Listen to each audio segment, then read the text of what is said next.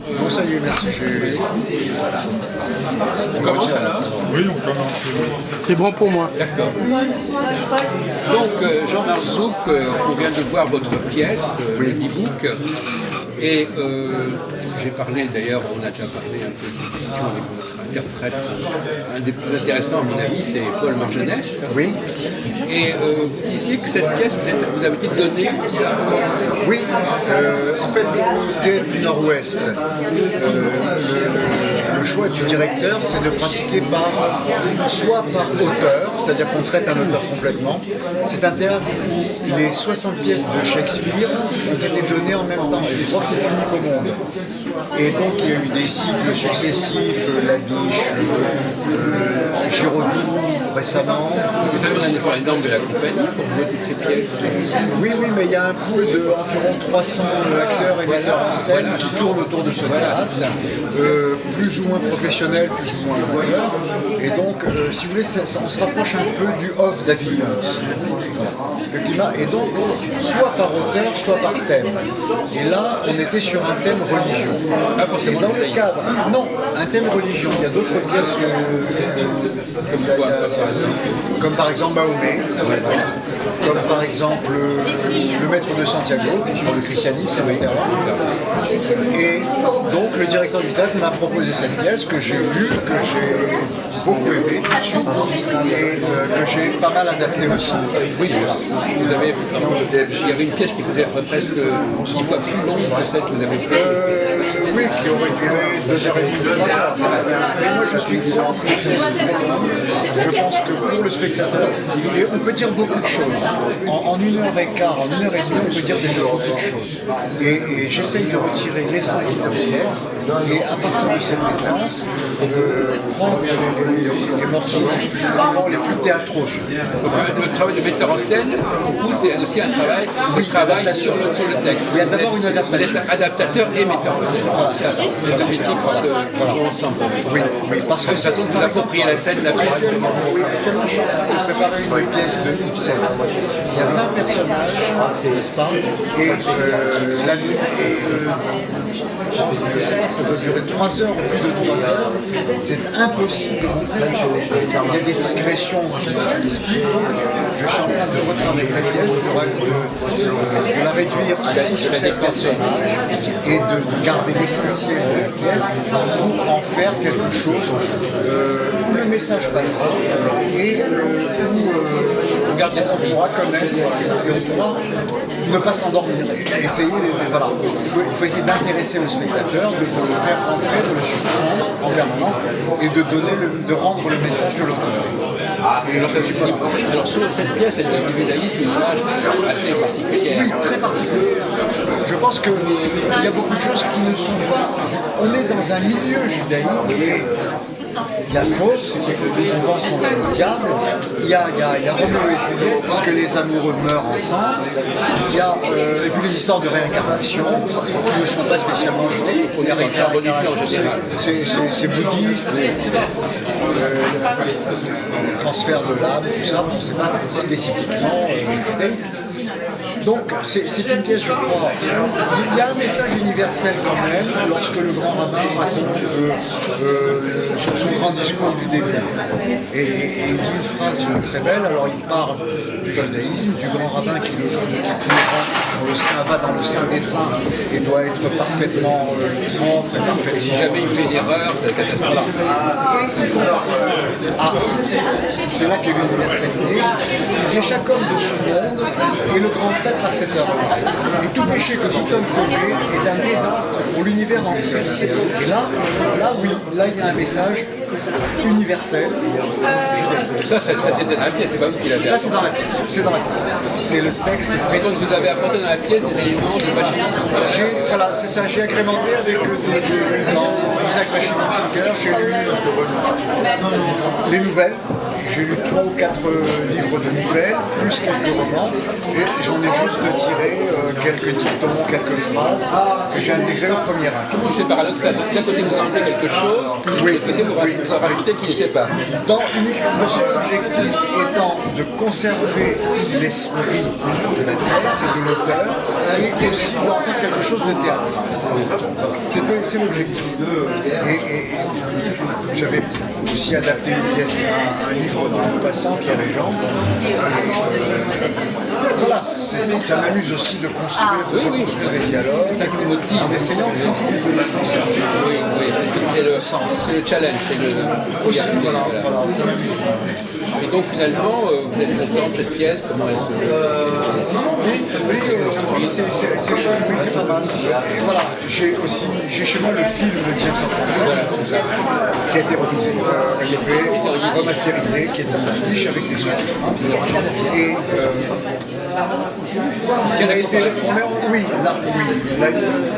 on a été voir avec tous les comédiens, on a été voir la pièce chez moi, et ils ont préféré la pièce au film. Mais le film est très...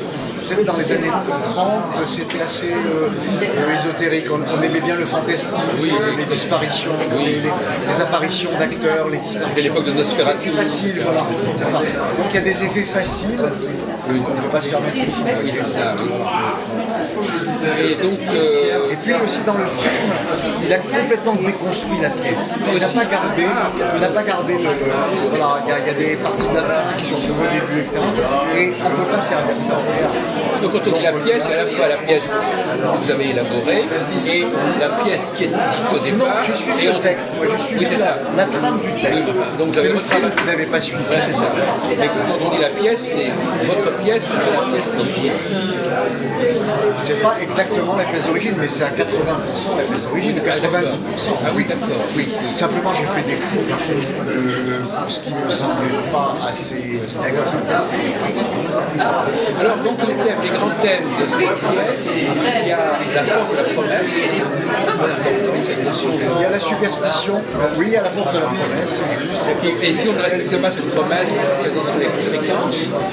Voilà, parce que l'amour est là, mais il y a d'abord la immanente.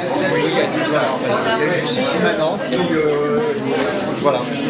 Il y a une justice immanente pour faire respecter la pièce, et puis alors il y a une justice parallèle qui est celle des esprits auxquels on peut faire appel. Enfin, on est complètement dans le mystère. Là. Voilà, et c'est le charme, et c'est la magie de cette pièce. C'est un peu la magie. Lorsque le grand rabbin dit du monde de la vérité, c'est-à-dire le monde des esprits et de la mort, au monde de la vanité, c'est-à-dire notre monde actuel. Oui, le monde de la vanité. Ça, c'est aussi une très belle image, qui est de l'auteur, du texte. Et alors finalement, les enfants eux-mêmes ne savent pas exactement les choses qui se sont jouées derrière l'auto. C'est surtout la promesse qui a été faite. C'est ce que dit le messager. Vous pouvez être victime des fautes de vos parents. Il y a des fameuses formules dans la Bible, c'est les parents ont mangé des raisins verts, et puis les dents des enfants ont été agachées. D'accord. On paye les promesses, les fautes des ancêtres. De toute façon, on ne le veuille pas de façon inconsciente. Il y a un suivi, il y a une ligne familiale, il y a un lien, un réseau très serré, auquel on n'échappe pas. Donc finalement cet amour est assez compliqué parce qu'en fait c'est à la fois un amour qui est vraiment vécu, mais qui est également la réalisation d'une promesse. Donc, et qui est confronté aux forces extérieures. Voilà. Mais en fait, cette pièce est très habile. Elle est très habile. Ah oui. Elle a une construction progressive et elle fait appel à l'irréel, aux esprits, etc. Donc tout est permis. Tout est permis dans cette pièce. On peut tout faire. Et alors c'est le charme. Votre interprète là, m'a dit que vous aviez dans la pièce, on racontait au départ la scène de la promesse des parents. Dans le film? Oui, dans le film. Dans le film, oui. Dans le film, mais dans le film et dans la pièce aussi. Non, c'est le film qui avait introduit ça. Non, c'est le film qui a introduit ça. Donc vous n'avez pas gardé cette partie-là. Le film est plus bon le film commence par les deux parents plus jeunes qui se font cette promesse. On le voit ça. Et ils demandent à un rabbin mais le rabbin est occupé, n'a pas pu s'en occuper, donc d'enregistrer la promesse. C'est pour ça qu'il dit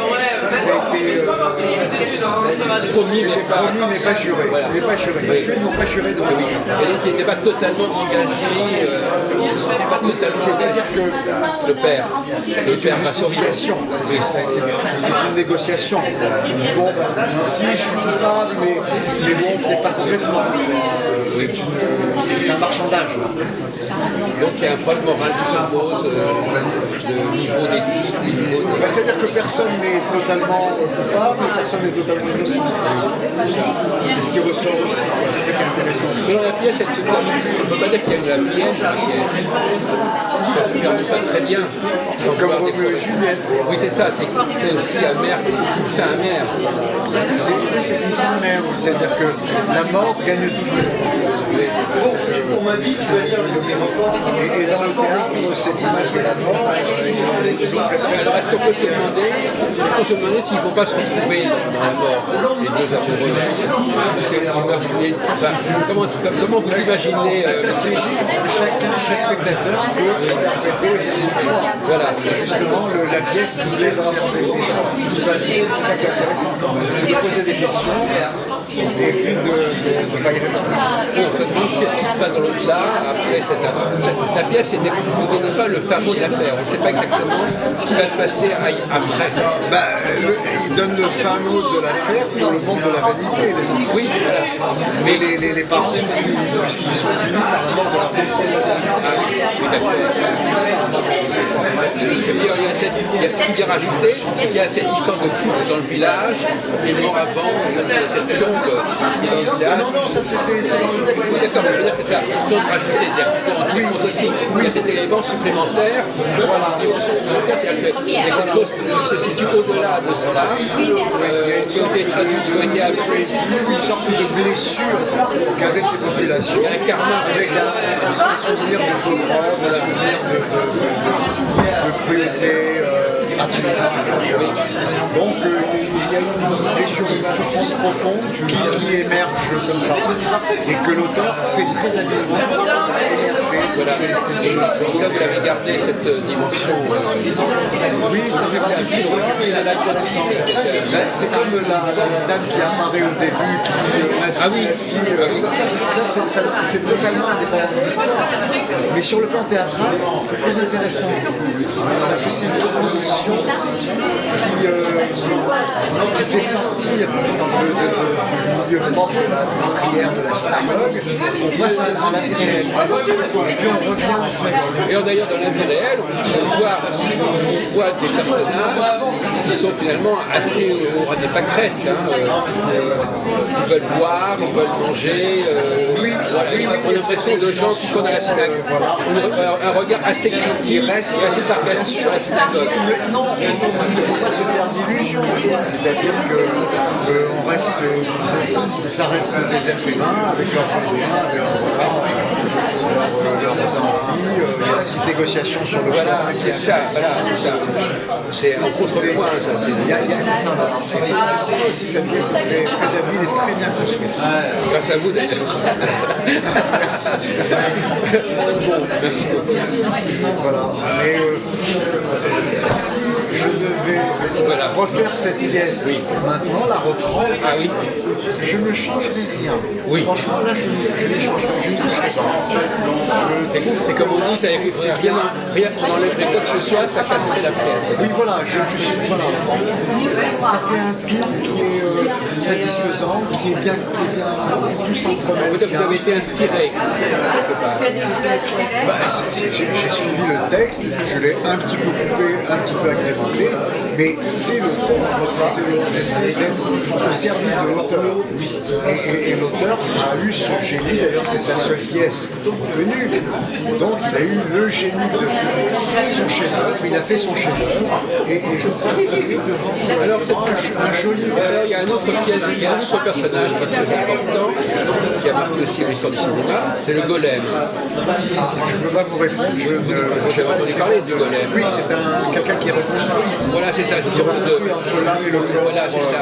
C'est un peu ça s'inscrit quand même dans cette forme d'occultisme judaïque. Le golem, le dibouk, c'est deux personnages personnages qui sont un petit peu, peut-être un peu, vous pourriez vous y intéresser un jour. Parce que c'est intéressant, vous fassiez une pièce rigolote. C'est ce qu'on m'a plusieurs personnes m'ont premier à me le dire. Ça ne m'étonne pas. Oui. Pour l'instant, je suis sur une scène. Parce que c'est quand même les deux grands thèmes du cinéma d'avant-guerre. Oui, exact. Qui se passe à Prague. Qui ont été beaucoup repris. Vous savez que après la présentation du D-Book au Balzac, il y a eu une discussion. Il y avait énormément d'informations qui sont sorties et des discussions. Et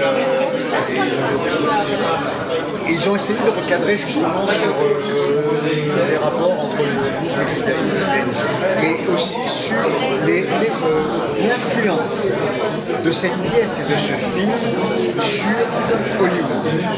Elle a été très importante. Et il y a eu énormément de films qui sont inspirés de films connus. Bon, alors, moi je ne suis pas spécialiste de cinéma, mais Mulholland Drive, paraît-il, est inspiré du film. Et une quantité de films de lui, parce que beaucoup de réalisateurs d'Europe centrale ont émigré aux États-Unis et travaillaient à Hollywood dans les années 50-60. Alors dans le film, est-ce qu'il y a des effets spéciaux? Oui, il y a pas mal d'effets spéciaux. On ne peut pas avoir ce qui n'apportent rien. On voit le messager apparaître, disparaître. Il y a par exemple lorsque Rodin meurt, il se suicide, il se donne au diable, il meurt.